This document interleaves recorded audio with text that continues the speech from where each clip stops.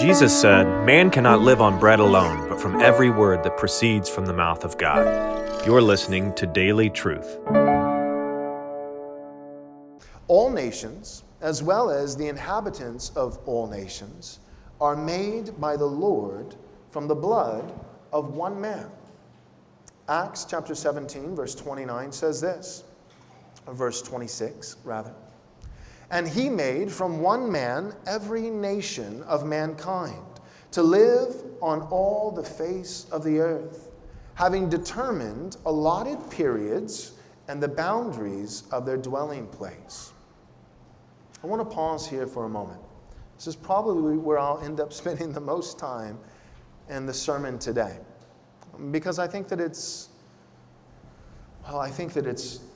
very relevant for what we have, or at least some of what we have going on in our nation, in our world, in our culture today. The issue of borders, national borders. The issue of defense, right? Some of you may be aware of the iconic, picture, video of AOC, Alexandria Ocasio Cortez, weeping when she realized that Israel was going to have the opportunity to defend itself and not be wiped off the face of the map. I mean, that's literally what was happening. She's like, I wanted them to die. I mean, that's the logic. I hate that they have not the ability to harm some other people. Right? The Iron Dome, it's strictly a defensive mechanism. But I hate that they are being granted the right and the resources to not simply roll over and be destroyed by other nations. Well, that is incredibly unbiblical, which goes without saying. If you want to come to sound biblical theology, there are two ways of going about that. One is by diligently reading the Scripture. The other is by diligently listening to Alexandria Ocasio Cortez and believing precisely the opposite. Both positions will ultimately land you in the right place. But my point is that the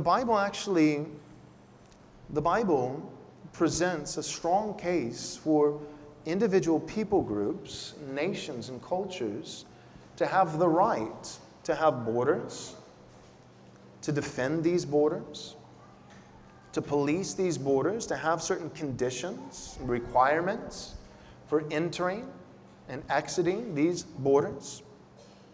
And according to Scripture, all the nations have been made by God. That's the first half of verse 9 of our text. All the nations you have made. Now it goes on to say, and we'll get there in a moment, that they shall come and worship before you, O Lord, and shall glorify your name. But for a moment, I just want to pause with just that small sentiment in the first half of verse 9, all the nations you have made. God made the nations. God is sovereign over all things. God accomplishes all things by way of His providence. And we might be tempted to think, well, the nations are the product of man. We might take issue with this verse, all the nations that you have made, that God has made.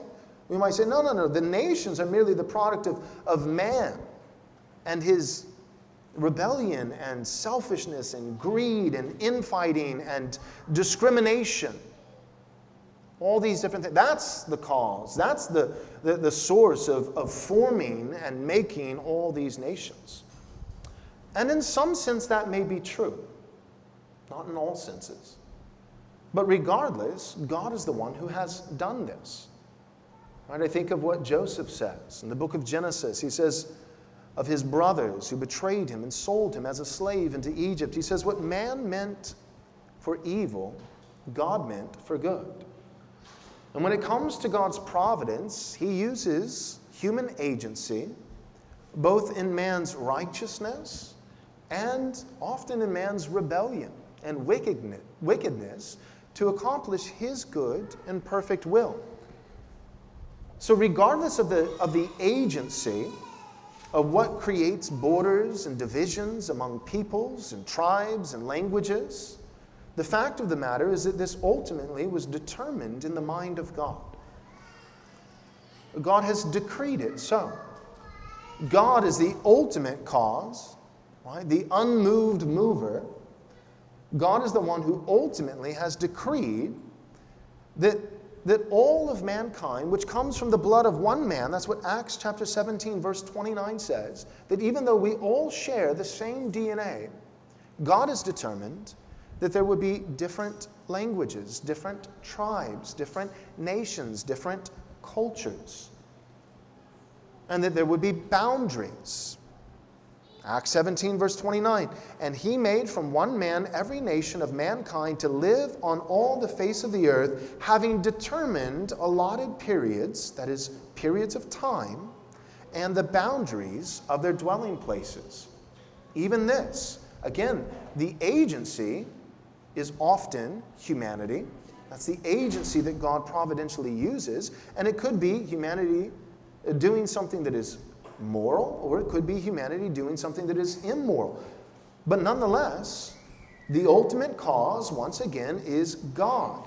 God in His sovereignty, according to His divine will, has determined not only that there should be different nations, a variety of nations, but He, in His sovereignty, has even determined the boundaries of these nations, as well as their allotted periods of time.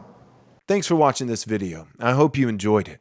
If you would consider supporting Right Response Ministries, we'd be incredibly grateful. You can do so by going to rightresponseministries.com/donate to give your gift of any amount. If you're not able to support us financially, that's okay. You can still support us in a great regard simply by subscribing to our YouTube channel, clicking the bell, and of course sharing our content with all your friends and family. We can't do this without you, your support, and your prayers. So thank you.